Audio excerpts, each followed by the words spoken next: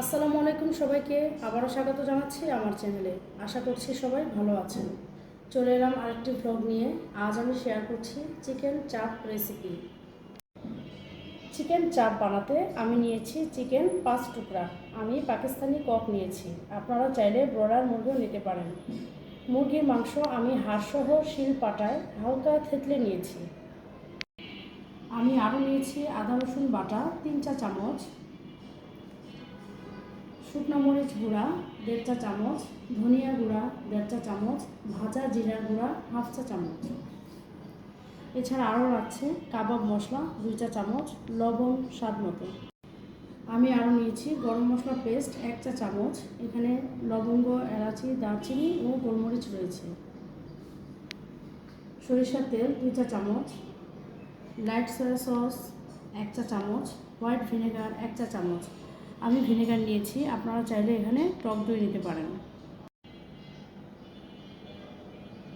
Soybean তেল নিয়েছি পরিমাণ মতো।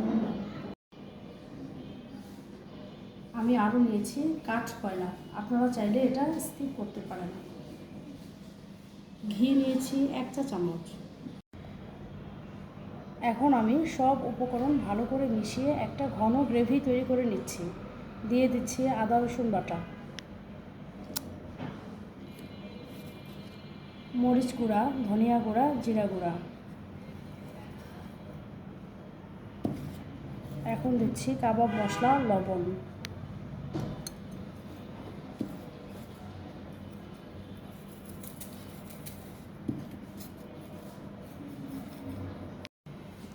দিয়ে দিচ্ছি গরম মশলা paste, white vinegar, soya sauce, সরিষার তেল। এখন এই সব উপকরণ ভালো করে মিক্সড করে নিচ্ছি।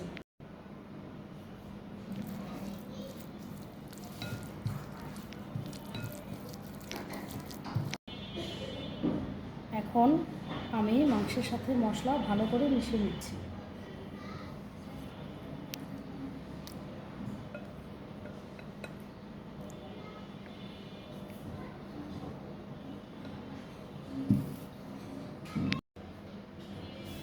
এখন মাংসের সাথে মশলা ভালো করে মিশিয়ে ম্যারিনেট করে রাখবো।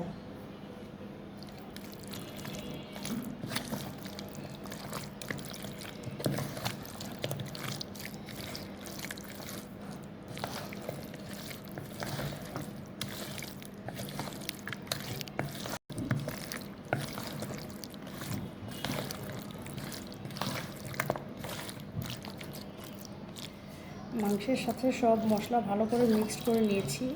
এখন এই ম্যারিনেট করা মাংস আমি 1 ঘন্টা থেকে 1.5 ঘন্টা রেখে দিচ্ছি। একটা প্যানে আমি সয়াবিন তেল দিয়ে দিচ্ছি।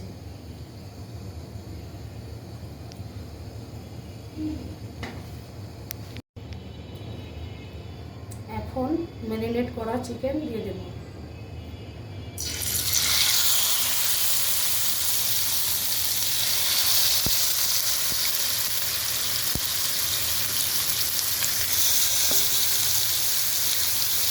এই পর্যায়ে আমি চুলার আঁচ মিডিয়াম ফ্লেমে রাখছি।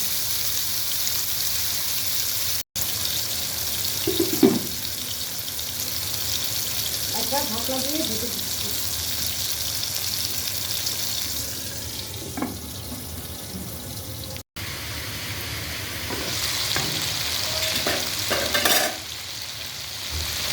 এখন আমি মাংস উল্টে দিচ্ছি।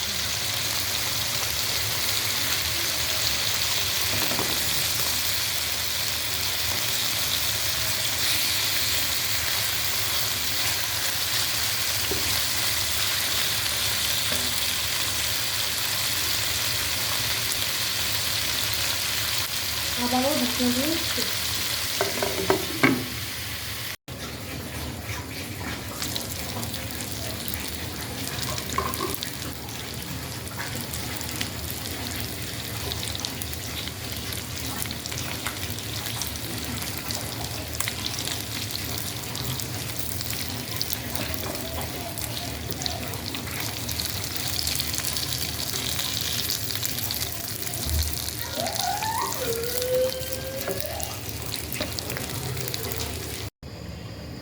চিকেন চাপের একটা স্মোকি ভাব আনার জন্য আমি কাঠ কয়লা প্রথমে পুড়িয়ে নিচ্ছি।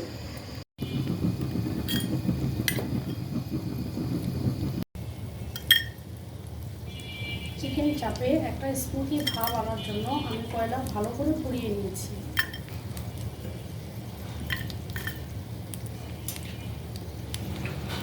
এখন এখানে ঘি ঢেলে দিচ্ছি।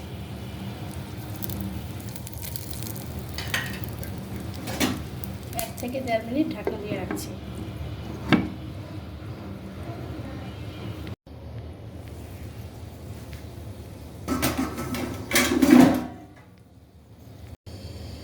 ঢাকনা খুলে এখন আমি চিকেন চাপ চেক করে নিচ্ছি।